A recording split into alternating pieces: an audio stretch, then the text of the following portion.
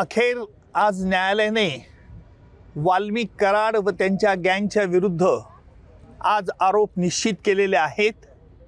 दिनांक 9 डिसेंबर 2024 रोजी संतोष देशमुख यांचा कट करून संगनमताने आरोपींनी केला आणि त्याचप्रमाणे यातील काही पुरावा नष्ट करण्याचा प्रयत्न केला। याला कारण म्हणजे वाल्मिक कराड याला जी खंडणी जो मागत होता ती खंडणी अबाडा कंपनीकडनं मिळण्यास अडथळा संतोष देशमुख यांनी केला। याकरिता त्यांचा खून करण्यात आला अशा रीतीचा सरकारतर्फे आम्ही आरोप प्रस्तावित केला। न्यायालयाने आरोप त्याप्रमाणे आज निश्चित केले।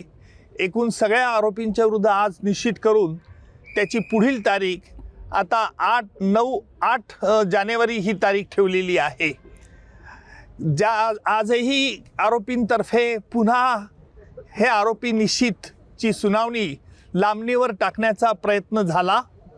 आरोपींनी या खटल्यामध्ये आतापर्यंत जे D2 ऑपरेशन केलं, ज्याप्रमाणे पाकिस्तानतर्फे K2 operation, K for Kashmir आणि K फॉर खलिस्तान असं केलं जात होतं, त्याचप्रमाणे आरोपींनी देखील या खटल्यात वेळोवेळी वेगवेगळे हातखंडे वापरून D2 operation, D for delay आणि डिरेल, उशीर करणं आणि खटला उलथून टाकण्याचे प्रयत्न होते।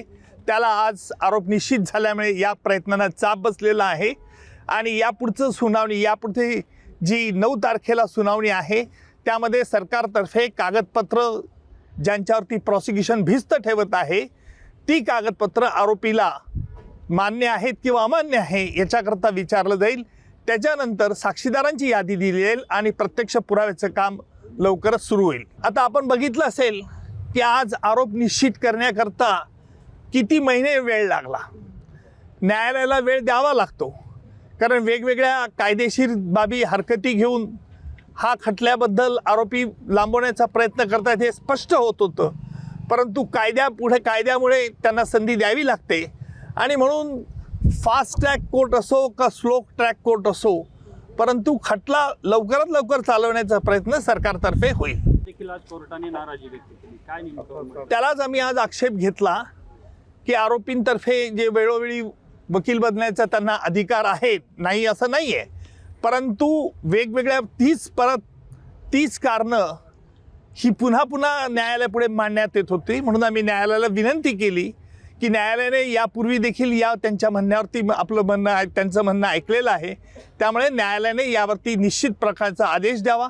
त्याप्रमाणे निश्चितपणे आज न्यायालयाने प्रत्येक आरोपीला विचारलं, तुमच्या विरुद्ध हे आरोप ठेवण्यात आलेले आहेत, सगळे आरोप तुरुंगातच होते, आरोपींनी आरोप मान्य नाही असे सांगितलं आहे आणि न्यायालयाने त्याकरता ते रेकॉर्ड जेलमध्ये पाठवण्यात येईल आणि जेलमधून त्यांची स्वाक्षरी झाल्यानंतर पुन्हा खटल्याच्या कामाकरता सुरुवात होईल। ते मिळण्याच्या अनुषंगाने प्रयत्न करत होते।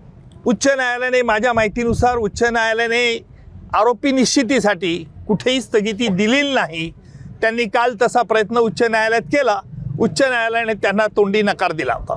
त्यांची प्रॅक्टिस होती, त्या संदर्भात काय आमच्या सगळ्याच्या हिशोबानं तेच होतं, आज उद्या ढकलण्यात येत होतं, परंतु ह्याच्यातून एक गोष्ट जे आपलं महाराष्ट्राचं सरकार आहे, मुख्यमंत्री साहेब आहेत, ह्या सगळ्या प्रकरणावरून त्यांना एक गोष्ट जाणवली असेल की हे न्यायालयाला एवढं चॅलेंज करतात, तर जे इथलं प्रशासन आहे, मग ते पोलीस प्रशासन असेल, महसूल प्रशासन असेल किंवा विविध हे जे प्रशासन आहेत, ते हे प्रशासन हे सगळे खंडणीखोर लोक कशा पद्धतीनं म्हणजे इथं त्याची वागणूक किंवा जी ट्रीट करत होते सगळ्या गोष्टी त्या कशा प्रकारे असतील याची त्यांना मुख्यमंत्री साहेबांना कल्पना आलेली असेल। मात्र कुठेतरी आता न्याय झाला आणि दिलासा मिळतो, नाही लवकरच न्याय मिळेल अशी आम्हाला अपेक्षा आहे आणि मुख्यमंत्री साहेब असतील, सगळी सिस्टीम असेल, देशमुख कुटुंबियाला शब्द आहे आणि सगळे एव्हिडन्स आहेत, ते वेळोवेळी जे काही वकील आहेत, सरकारी वकील आहेत, निकम साहेब आहेत, कोले साहेब आहेत आणि सगळी टीम आहे आयोची, त्यामुळं आम्हाला तीच अपेक्षा आहे, आम्हाला न्याय मिळावा लवकरात लवकर, त्याची म्हणजे लवकरात लवकर ही सगळी गोष्ट होऊन आम्हाला न्याय मिळावा। दाखवण्यात आला त्यावेळेस आरोपींनी डिनाय केलेला आहे आणि आरोपींची जी भाषा होती ती देखील तुम्ही सर्वांनी ऐकली। त्याबद्दल मी आत्तापर्यंत बोललो नाही, मला तसं बोलता येत नाही जे काही कोर्टात होतंय ते, कारण ते मेरिटचे विषय आहेत ते सगळे वकील साहेब बोलतात, परंतु ह्याच्यातून एक सगळ्यांना जे काही स्पष्टीकरण भेटलेलं आहे, पत्रकार बंधू सगळे तुम्ही मध्ये असतात, जे माझ्या भावाला संपवलं ह्या आसुरी वृत्तीनं, त्या आसुरी वृत्तीचा कुठंही त्याची बाजू मांडणारे आणि आरोपी ह्याच्यामध्ये कुठलाच फरक नाही. त्या आसुरी आनंद घेण्यासाठी वारंवार वकील बदलून जे काय पेनड्राईव्ह मागणी करतात त्यांचे ते राईट आहेत, मागू द्या. परंतु तो जरी विचार केला निसता, ज्याच्या मनामध्ये हृदय आहे माणसाच्या, त्या माणसाला त्याचा विचार जरी केला तरी ते असं थक्क होतं जे मन. त्या मनाला प्रत्येक वेळेस आमच्या एवढ्या वेदना झाल्या, कारण का प्रत्येक वेळेस नवीन वकील, नवीन पेनड्राईव्ह ते त्यांचे राईट आहे, त्याबद्दल मला बोलण्याचा अधिकार नाही. परंतु ज्या आसुरी वृत्तीनं माझ्या भावाला संपवलं तेच रिपीट बघण्याचं जे यांचा अट्टास होता, त्याहून ही गोष्ट समजते की आरोपी आणि समर्थन त्यांचं करणारे ह्यांच्यामध्ये कुठलाही फरक नाही. सहभागी आहेत असलीच्या जॉबमध्ये करण्यात आलं तर मास्टरमाइंड या संपूर्ण प्रकरणात आतापर्यंत कोण झाला? नाही, मुख्य आरोपी आणि जे मास्टर माइंड आहे ते सगळं पुराव्यानिशी सिद्ध झालेलं आहे, सिद्ध केलेलं आहे, तपासातून ते पुढं आलेलं आहे. कारण तपास नेमणं आणि तपास पूर्ण होणं ह्याच्यामध्ये फरक असतो. ज्यावेळेस तपासी अधिकारी येतात त्यावेळेस माहीत नसतं झालेलं प्रकरण काय आहे, परंतु ज्यावेळेस चार्जशीट दाखल केलं त्याच वेळेस मुख्य आरोपी कोण आहे, 2 नंबरचा आरोपी कोण आहे, 1 ते 7 आरोपी कोण आहेत, हे जी टीम होती CID SITची त्यांनी सगळं चार्जशीट हे न्यायालयात दिलेलं आहे आणि त्याप्रमाणेच ही सगळी कार्यवाही चालू आहे. गुन्हेगारीचा जो प्रमुख आहे तो सुदर्शन भोले आहे असं मान्य कोर्टाचं म्हणणं. आता त्या सगळ्या गोष्टी खरंच मला म्हणजे मी बोलणं अपेक्षित नाही मला स्वतःकडून. हे न्यायालयाचे विषय आहेत सगळे, परंतु त्या टोळीचा प्रमुख कोण आणि त्या टोळीचा मालक कोण आणि टोळी चालवत होता कोण, हे सगळं आयोगनी सगळं पुढं सिद्ध केलेलं आहे.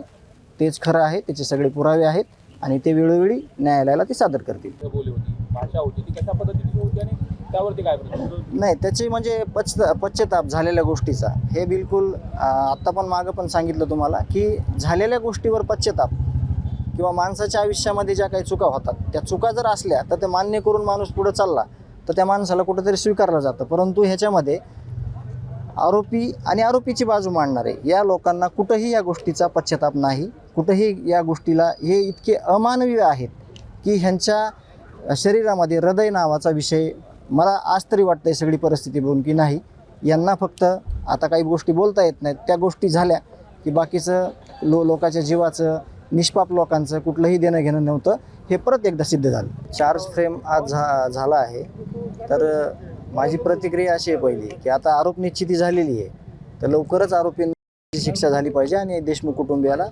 आणि या लढाईत सगळे जे पीडित कुटुंब होतं आमचं देशमुख कुटुंब, सगळं गाव, आणि ज्या पद्धतीने या सगळ्या लोकांनी या न्यायाच्या बाजूनं उभा राहिले त्या सगळ्या लोकांना न्याय पाहिजे. आणि तेवढीच आमची सुरुवातीपासून मागणी, आम्ही न्यायाच्या प्रतीक्षेत आत्तापर्यंत आहोत.